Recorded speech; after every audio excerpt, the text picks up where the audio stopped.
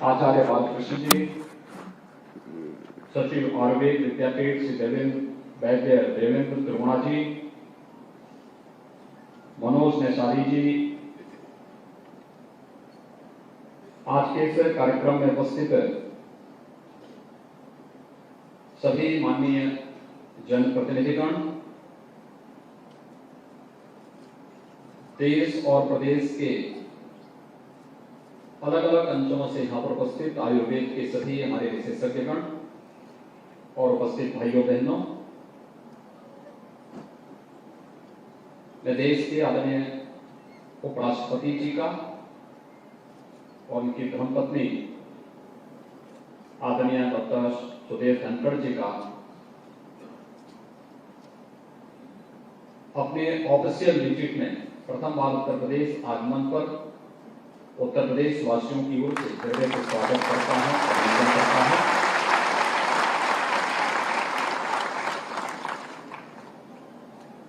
मानिए यह मेरठ की धरती है, भारत के इतिहास की धरती, महाभारत की रचनाकार वाली धरती।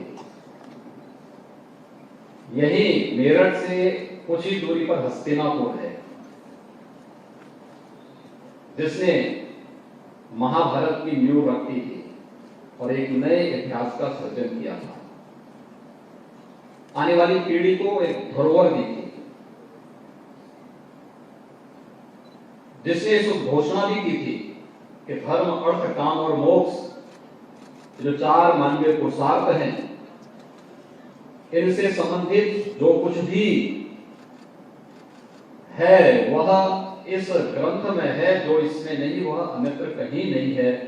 और उद्घोष करने वाली धरती है। देश की आजादी के प्रथम स्वतंत्र समर का उद्घोष करने वाली क्रांति धरा है। तो यहाँ के अन्नदाता किसानों के पुरुषार्थ की धरा भी ये मेरठ है। मैं आपके आगमन पर उत्तर प्रदेश वासियों की ओर से, उत्तर प्रदेश शासन की ओर से आपका हृदय से स्वागत करता हूं, अभिनंदन करता हूं। मान्यवर, हमारे लिए यह अत्यंत आह्लादित करने वाला क्षण है जब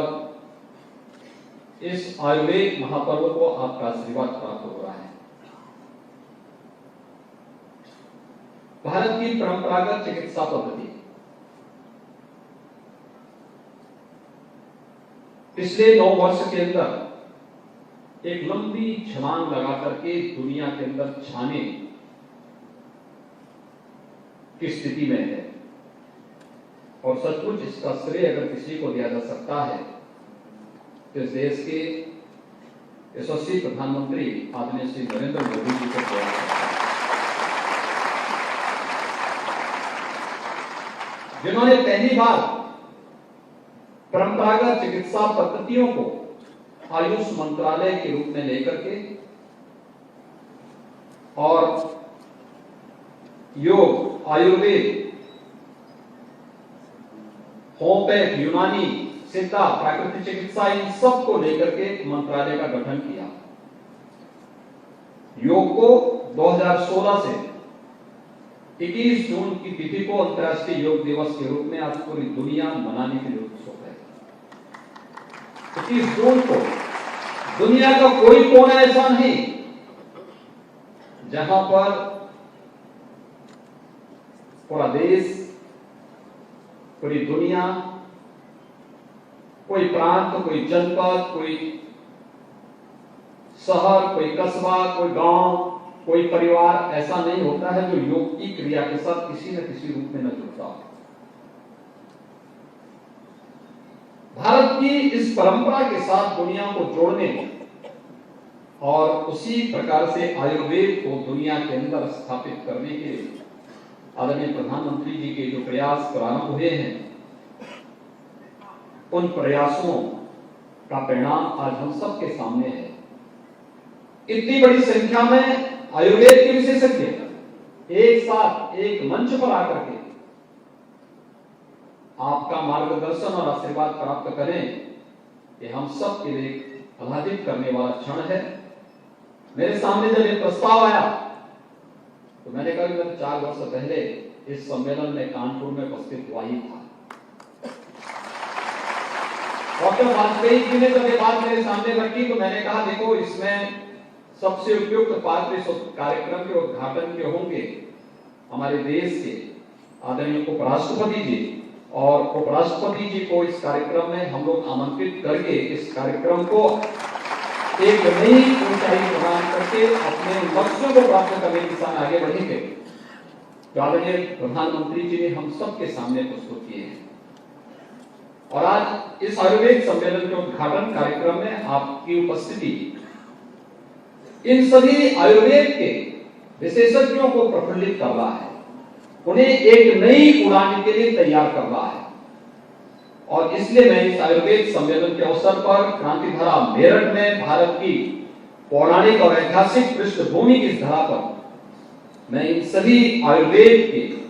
विशेषज्ञों की ओर से आपका हृदय से स्वागत करता हूं, अभिनंदन करता हूं। मान्यवर, उत्तर प्रदेश के अंदर वर्तमान में के द्वारा जिस क्षेत्र में यह आयुर्वेद सम्मेलन किया गया है, यहाँ के बहुत सारे आयुर्वेद के हमारे विशेषज्ञ हैं या रहे हैं जिन्होंने इस फील्ड में अपने समय में विषम परिस्थितियों का सामना करते हुए बहुत कुछ करके दिखाया। खासतौर पर वैद्य राम सहाय कौशिक जी, वैद्य हरिदत्त जी, वैद्य कृष्णलाल वाजपेयी जी, वैद्य मुरारीलाल शर्मा जी, वैद्य पशुपतिनाथ जी, वैद्य विष्णुदत्त शर्मा जी ने इस पूरे क्षेत्र में आयुर्वेद के माध्यम से आयुष की जिस पद्धति को आगे बढ़ाने का कार्य किया था अत्यंत अभिनंदनीय है। और राष्ट्रपति जी के मानव यूनानी चिकित्सक पद्म पुरस्कार से सम्मानित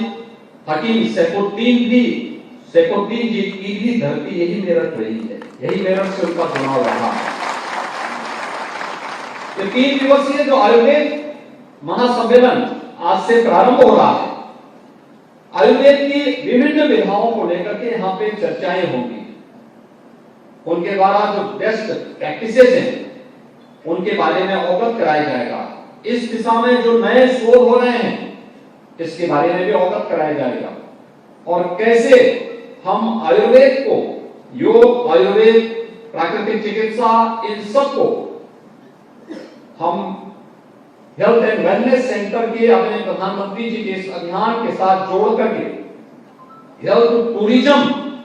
एक उत्कृष्ट केंद्र के रूप में विकसित कर सकते हैं।